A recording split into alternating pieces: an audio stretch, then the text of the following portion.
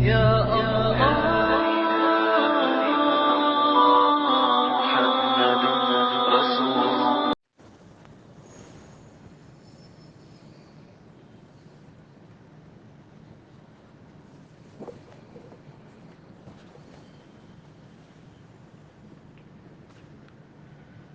أعوذ بالله من الشيطان الرجيم. بسم الله الرحمن الرحيم.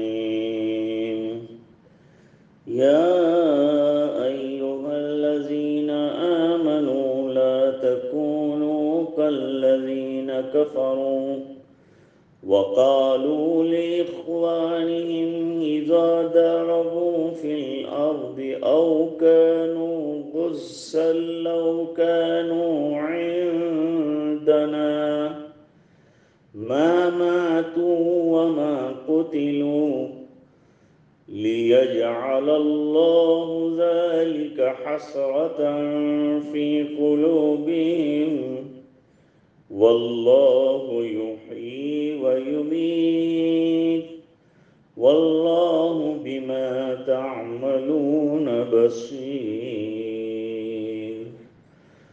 ولئن قتلتم في سبيل الله أو متم لمغفرة من الله ورحمة خير مما يجمعون. ولئن متم أو قتلتم لإلى الله تحشرون. صدق الله العظيم.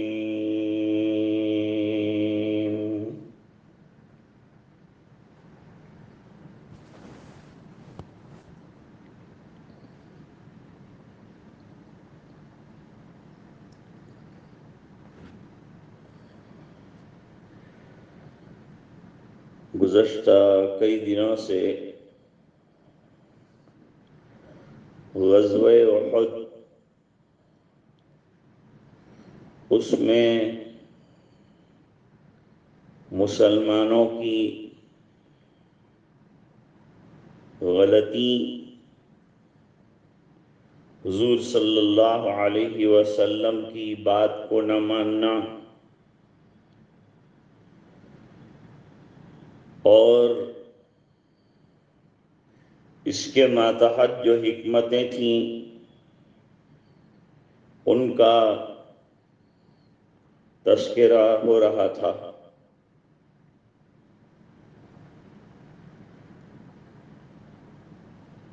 آج اللہ تعالیٰ فرما رہے ہیں، نیا رکوع شروع ہوا کہ اے ایمان والو،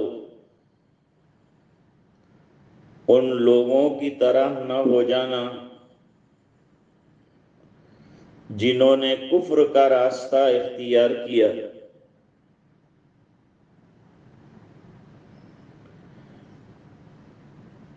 ان کافرین میں منافقین کا گروہ بھی شامل ہے، خاص طور پر اعتقادی منافق اس جماعت کے بدترین لوگ ہیں، جن کے متعلق خود قرآن کریم کا فیصلہ ہے، ان المنافقین فی الدرک الاسفل من النار، یعنی ایسے منافقین کا ٹھکانہ جہنم کے سب سے نیچے والے خطرناک طبقے میں ہوگا۔ ان کی سازش اب یہ ہے کہ انہوں نے اپنے بھائی بندوں کے بارے میں کہا، بھائی بند سے مراد مسلمان ہیں، اور چونکہ ساتھ ملے جلے رہتے تھے، تعلقات بھی تھے، کچھ معاملات بھی لین دین کے تھے، اس بنا پر اخوان کے ساتھ تعبیر کر لیا گیا۔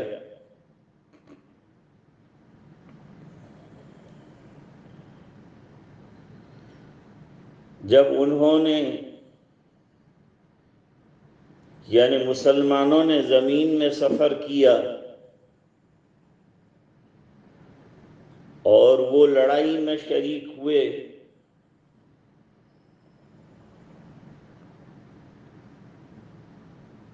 مطلب یہ کہ جب کبھی مسلمان تجارتی یا دیگر سفر پر گئے اور وہاں موت آئی،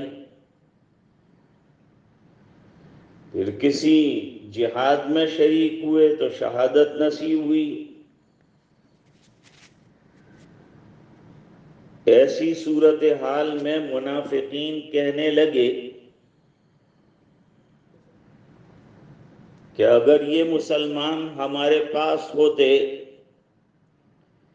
یعنی یہ جو مذکورہ سفر ہوا جس کے اندر لڑائی ہوئی، جنگ ہوئی، اور اس میں شریک نہ ہوتے تو ما ماتو، نہ مرتے نہ قتل کیے جاتے، ان کی جان بچ جاتی۔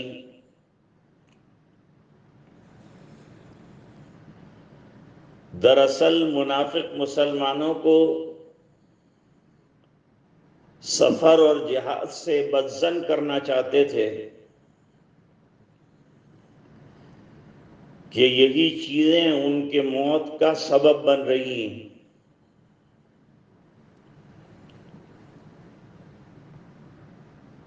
لہذا ان کو کسی سفر پر نہیں جانا چاہیے تھا یا جانا چاہیے،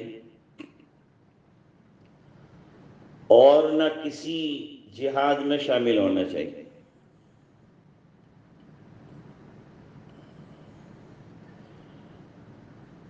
چونکہ ایسی باتیں کر کے وہ مومنین کے دل میں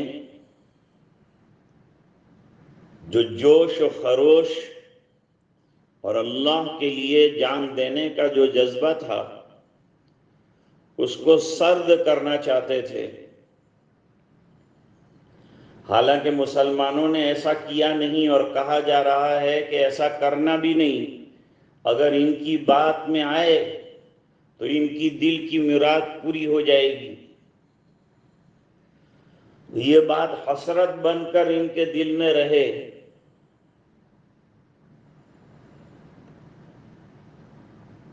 دلوں میں حسرت پیدا کرے۔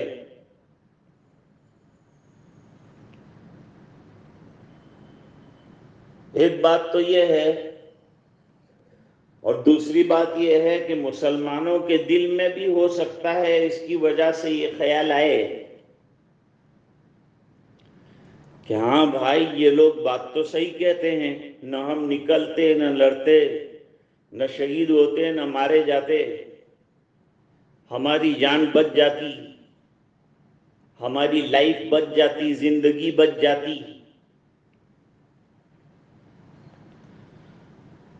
تو مسلمانوں کو تنبیہ فرمائی کہ مسلمان ایسی مایوس کرنے والی باتوں میں نہ آئیں، بلکہ اللہ کے حکم کے مطابق بڑھ چڑھ کر جہاد میں حصہ لیں، کیونکہ دین اسلام اور مسلمانوں کی بقا اسی میں مضمر اور پوشیدہ ہے۔ حسرتاً فی قلوبہم کا دوسرا مطلب یہ بتلایا ہے کہ اللہ تعالیٰ منافقین کے دلوں میں حسرت پیدا کر دے۔ اگر مسلمان کفار اور منافقین کی اس چال میں نہ آئیں اور سفر اور جہاد میں برابر شریک رہیں اور ہوتے رہیں تو یہ چیز منافقین کے لیے باعث حسرت ہوگی کہ ہم بہت سمجھاتے ہیں، بناتے ہیں، لیکن یہ کسی طرح سے داؤ میں آتے نہیں، اور کسی طرح سے ہماری باتوں میں آتے نہیں تو اس سے بڑے ان کو حسرت رہے گی، افسوس رہے گا۔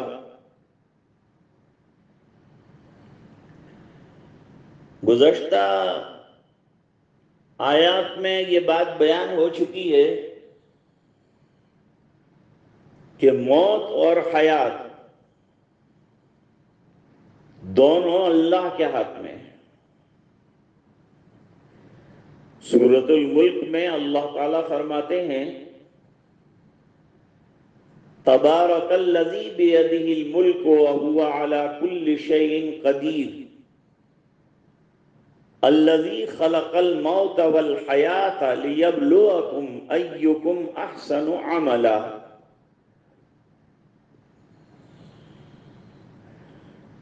عالی شان ہے وہ ذات جس کے پاس تمام ملک ہے، سب ملک اسی کے ہیں، حکومتیں اسی کی ہیں، اقتدار اسی کا ہے۔ اقتدار والے کتنے بے بس ہیں یہ ابھی کورونا وائرس کے ذریعے سے پتہ چلا، کچھ کر نہیں سکتے،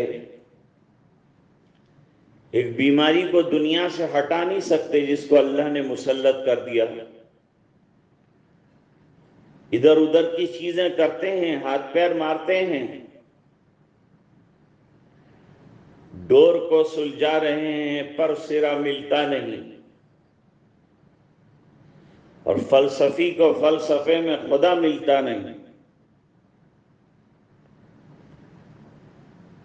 تو اللہ تعالیٰ فرماتے ہیں یہ حکومتیں، یہ ملک سب میرے ہیں، ابھی دنیا میں چند روز کے لیے تمہاری زبان پر آتا ہے یہ ہمارا ملک ہے، وہ ہمارا ملک ہے، آخرت میں پتہ چل جائے گا کہ حقیقت میں ملک کس کا ہے۔ لا ملک اليوم لمن الملک اليوم،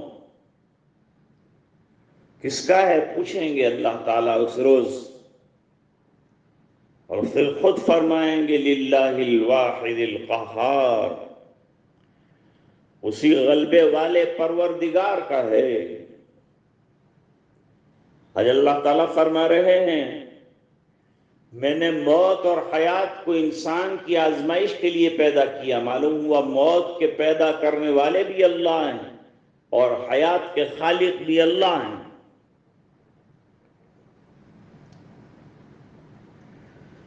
موت کا وقت بہرحال معین ہے، طے ہے، اس کے اندر کوئی ہیرا پھیری اور تصرف نہیں کر سکتا۔ جس کا وقت میدان کارزار کے اندر آ گیا وہاں اس نے جام شہادت نوش کر لیا، اور جس کا مرنا وہاں طے نہیں ہے بلکہ گھر میں تو وہ کتنا بھی لڑے گا، میدان میں گھسے گا، دشمنوں کے اندر جائے گا، پھر بھی جو ہے جس طرح سے موت لکھی ہے اس طرح خوابگاہ میں انتقال کر جائے گا۔ لہذا زندگی بچانے کے لیے اور موت سے ڈرا کر جہاد سے دور رکھنے کے لیے منافقوں کی یہ جو باتیں ہیں اور یہ سازشیں ہیں اور جو یہ رچا رہے ہیں یہ بیکار ہیں۔ اپنے عقیدے کو پختہ کرو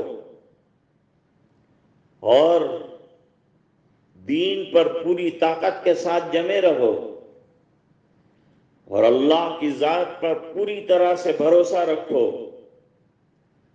اور یہ اعتقاد رکھو کہ موت کا وقت اللہ کے یہاں معین ہے، اس سے پہلے نہ موت آ سکتی ہے نہ کوئی دے سکتا ہے، اور جب وقت آ جائے تو کوئی بچا نہیں سکتا، چاہے طبیبوں کی ٹیم کھڑی ہو، لیکن وقت آ گیا تو جانا پڑتا ہے۔ نہ مال کے ذریعے سے انسان بچ سکتا ہے، نہ دولت کے ذریعے سے بچ سکتا ہے، نہ اپنے اقتدار کے ذریعے سے بچ سکتا ہے۔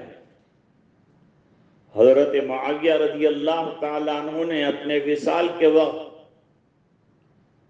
کنگھی کی، سرما لگایا، اور بستر پر ٹھیک سے بیٹھ گئے اور اپنے کمانڈروں کو اور جانثاروں کو بلایا. انہیں ایک سبق سکھانا چاہتے ہیں، ایک سبق پڑھانا چاہتے ہیں. بلا کر کہا کہ کیا تم میری مدد کر سکتے ہو؟ بچا سکتے ہو مجھے؟ انہوں نے کہا ہمارے پاس آپ کو بچانے کے لیے پوری فوج ہے، اتنے جرنیل ہیں، اتنے سپاہی ہیں. کہا ایک دشمن ہے جو مجھ پر حملہ آور ہونے والا ہے. کہا ایسا کون دشمن ہے جس کا ہم مقابلہ نہیں کر سکتے ہیں؟ ہم ہر وقت آپ کے لیے جان دینے کو تیار ہیں. پوری پامردی سے اس کے ساتھ مقابلہ کریں گے، لڑیں گے. تو کہا اس وقت موت میرے سر پر کھڑی ہے، میرا وقت قریب آ گیا ہے. اب تم سب اپنی طاقت بتاؤ اور مجھے بچا لو. لوگوں نے کہا حضرت اس سے تو نہ ہم بچ سکتے ہیں، نہ آپ بچ سکتے ہیں، نہ ہم بچا سکتے ہیں، نہ ایسی کوئی تدبیر ہے. علاج معالجہ یہ اپنی جگہ ہے، لیکن وقت آنا اور موت کا آنا یہ اپنی جگہ ہے. حضرت خالد ابن ولید رضی اللہ تعالی عنہ اسلام کے عظیم سپاہی اور قابل جرنیل ہیں. انہوں نے یرموک اور موتا جیسی جنگ موتا میں بڑا کارنامہ انجام دیا. جسم میں ایک بالش کی جگہ بھی ایسی نہیں تھی جہاں زخم نہ ہو، جہاں تیر تلوار نیزہ کچھ نہ لگا ہو. مگر میدان جہاد میں شہادت نصیب نہیں ہوئی. زندگی کے آخری حصے میں افسوس کا اظہار کرتے تھے کہ بے شمار جنگوں میں حصہ لیا، مگر تمام تر خواہش کے باوجود شہادت نصیب نہیں ہوئی اور موت بستر پر آ رہی ہے.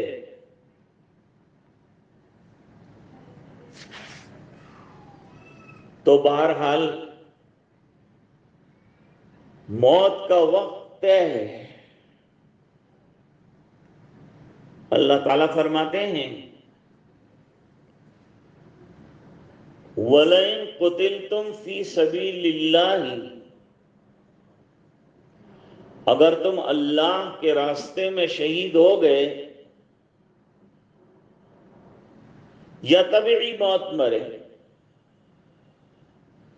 تو اس کا ماحصل کیا ہوگا؟ یہی نا کہ اللہ کی طرف سے تمہاری بخشش کا اعلان ہو جائے گا، تمام گناہ معاف ہو جائیں گے. اللہ تعالیٰ غلطیوں کو قلم زد کر دیں گے. یہ بہت بڑی کامیابی ہے اگر میدان کارزار میں اس طرح سے کام آتے ہیں.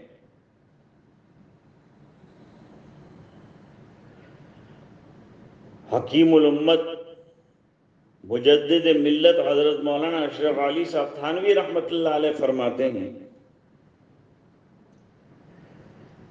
کسی شخص کی عبادت کے پس منظر میں 3 نظریات ہوتے ہیں. پہلی صورت یہ ہے کہ انسان اللہ تعالیٰ کے عذاب سے ڈرتے ہوئے اس کی عبادت کرتا ہے، مامورات انجام دیتا ہے، منہیات سے بچتا ہے کہ اللہ کی گرفت میں نہ آ جائے. اس کو سامنے رکھتے ہوئے قرآن کریم کی آیت کریمہ دیکھیے. اللہ فرماتے ہیں فَمَنْ زُحْزِحَ عَنِ النَّارِ وَأُدْخِلَ الْجَنَّةَ فَقَدْ فَازَ. جو شخص دوزخ کی آگ سے بچا لیا گیا اور جنت میں داخل کر دیا گیا وہی ہے بڑا کامیاب اور کامران۔ ایک تو یہ ہے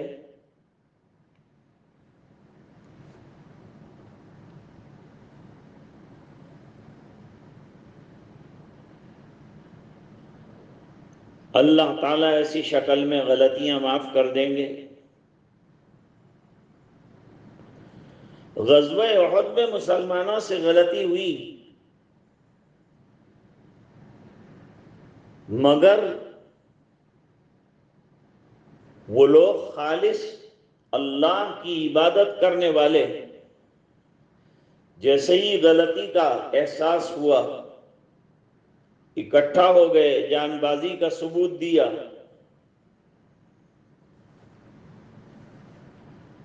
عبادت کرنے کے وقت حضرت تھانوی رحمۃ اللہ علیہ فرماتے ہیں کسی کے پیش نظر دوسری چیز ہوتی ہے،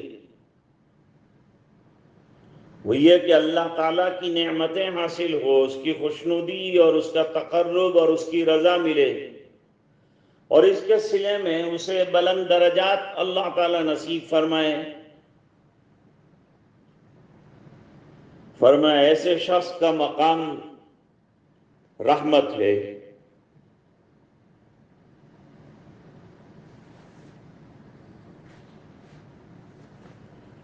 اللہ تعالیٰ فرماتے ہیں وَرَحْمَةٌ خَيْرٌ مِّمَّا يَجْمَعُونَ، جن چیزوں کو دنیا میں اکٹھا کرتے ہیں بہتر سمجھ کر ان میں اکٹھا کرنے کی چیز یہ ہے۔ اور حضرت تھانوی رحمۃ اللہ تعالی علیہ فرماتے ہیں کسی عبادت گزار کے پیش نظر تیسرا مقصد ہوتا ہے کہ اللہ تعالیٰ اس سے راضی ہو جائے، اور وہ یہی دعا کرتا ہے اللہم انی اسألوک رضاک والجنہ، اے رب کریم میں تیری رضا چاہتا ہوں، تیری خوشنودی چاہتا ہوں، اور یہ سب سے اونچا مقام ہے۔ تو ڈر کر عبادت کرنا جس کی دلیل دی۔ دوسرا نعمتوں کا حصول جس کے نتیجے میں رحمت ملے گی، اور تیسرا صرف اللہ کی رضا کے لیے کام کرنا تو سب سے اونچا درجہ ہے۔ اللہ فرماتے ہیں کہ شہید کیا جائے، جام شہادت نوش کرے یا بستر پر مرے، جانا کہاں ہے؟ جمع کہاں ہونا ہے؟ ایک شیعہ دوست تھا کسی مسلمان کا، وہ انتقال کر گیا، مر گیا، تو مسلمان نے کسی اور سے پوچھا کہ وہ صاحب جو تھے وہ کہاں گئے؟ تو انہوں نے جواب دیا کہ تو اللہ نے تا جمع تھئی گیا۔ یہاں اللہ تعالیٰ فرماتے ہیں اگر تم بستر پر مرے، دنیا سے گئے، یا میدان کارزار کے اندر سر کا نذرانہ پیش کر دیا، کیا ہوگا نتیجہ؟ سب جا کے کہاں جائیں گے؟ یہ مرنے والے کا راستہ کہاں جاتا ہے؟ وہ شہادت والے کا راستہ کہاں جاتا ہے؟ جمع کہاں ہونا ہے؟ جمع ہونے کی جگہ کیا ہے؟ فرمایا جمع ہونے کی جگہ وہ اللہ کا دربار ہے۔ لَإِلَى اللَّهِ تُحْشَرُونَ، اللہ ہی کی طرف جو ہے جمع ہو کر پہنچنا ہے۔ لَإِلَى اللَّهِ تُحْشَرُونَ، اللہ ہی کی طرف تمہیں اکٹھا کیا جائے گا۔ مومن کا ایمان ہے کہ مرنے کے بعد اسے براہ راست اللہ کے حضور میں پیش ہونا ہے۔ بعث بعد الموت پر اس کا یقین ہے۔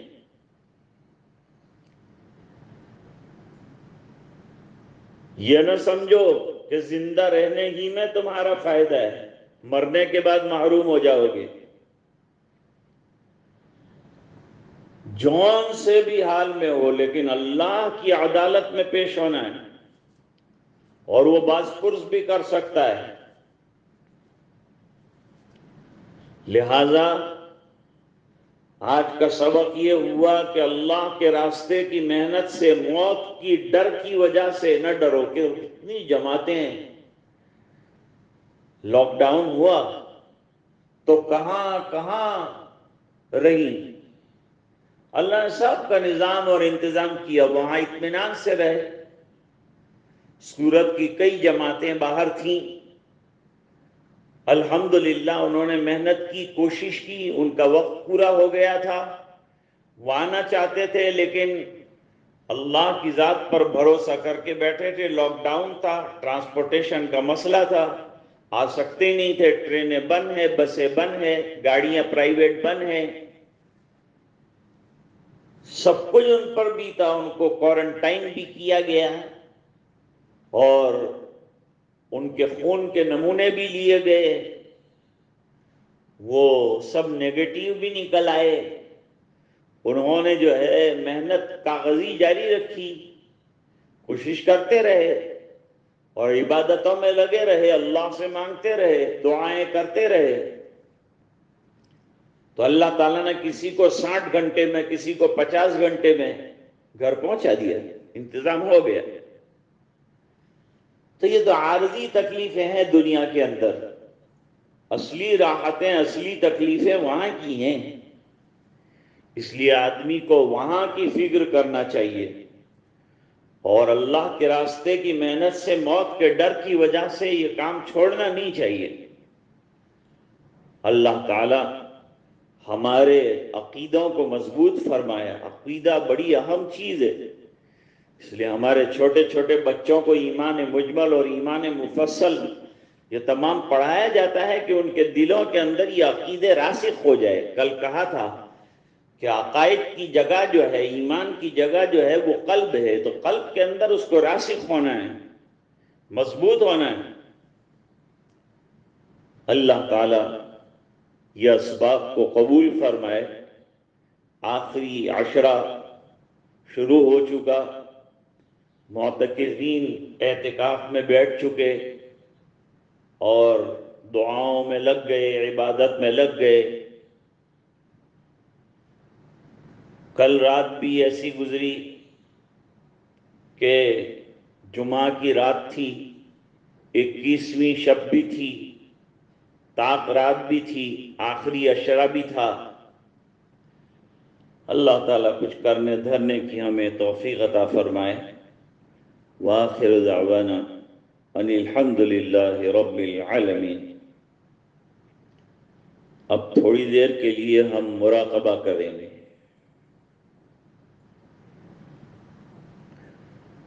مراقبے کا طریقہ یہ ہے کہ یہ تصور کا نام ہے، تصور یہ رکھنا ہے کہ اللہ کی رحمت برس رہی ہے، دل میں سما رہی ہے اور دل اللہ اللہ اللہ کر رہا ہے۔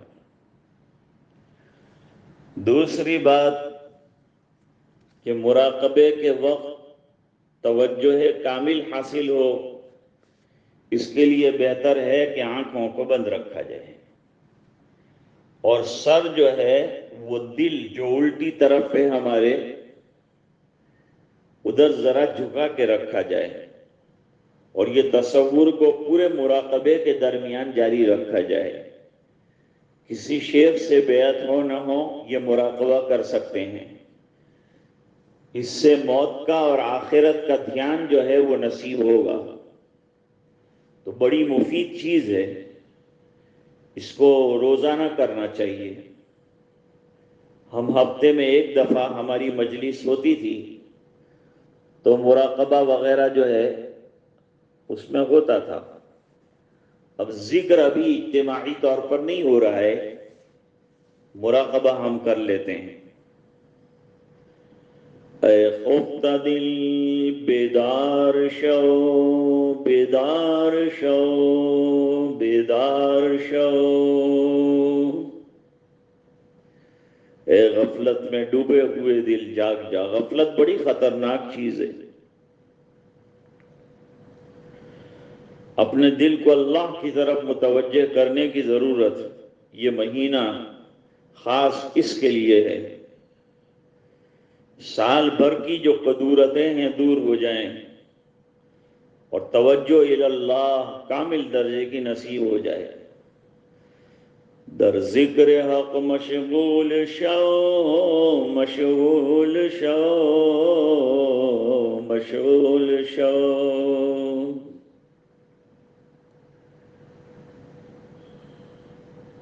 اللہ کی یاد میں مشغول ہو جا. دل کا اصلی کام اللہ کی یاد. عزیز و دوستو یارو یہ دنیا دار فانی ہے.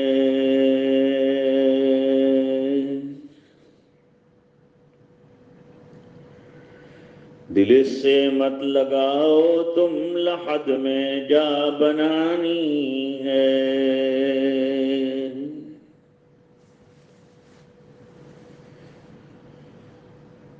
تو آیا بحر طاعت پسال ذات دنیا میں.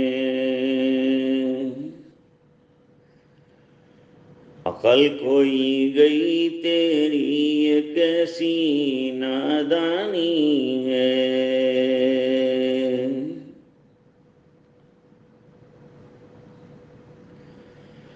تو روزے رکھ نمازیں پڑھ خدا کو یاد کر ہر دم. یہ نیکی تجھے ایک دن کام آنی ہے.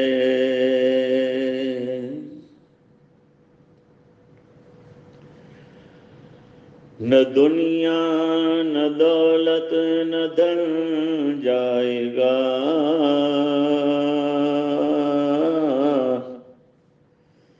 فقط ساتھ تیرے کفن جائے گا.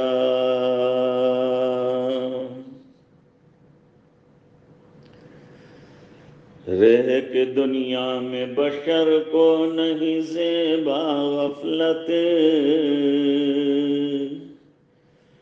موت کا دھیان بھی لازم ہے کہ ہر آن رہے. جو بھی بشر آتا ہے دنیا میں یہ کہتی ہے قضا. میں بھی پیچھے چلی آتی ہوں ذرا دھیان رہے.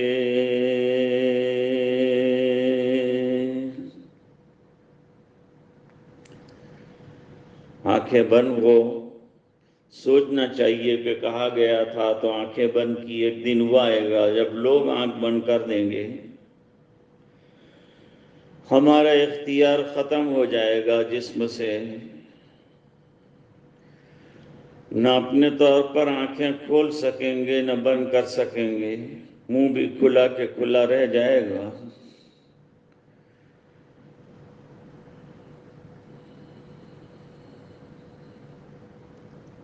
ہر وقت اللہ کا دھیان. اللہ اللہ اللہ.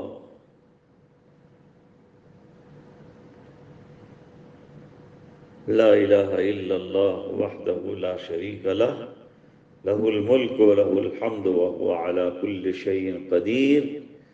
بسم اللہ الرحمن الرحیم.